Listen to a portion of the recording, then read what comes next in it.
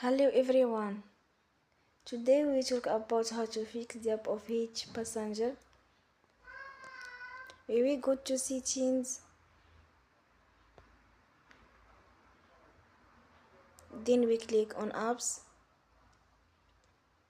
After that we will search the app Heetch passenger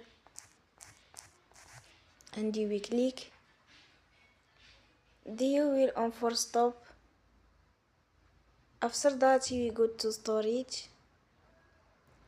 Then we click on clear cache.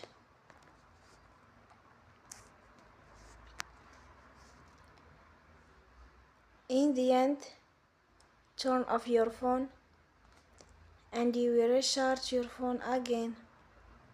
Don't forget to support us by like and subscribe. See you next time and thank you for watching.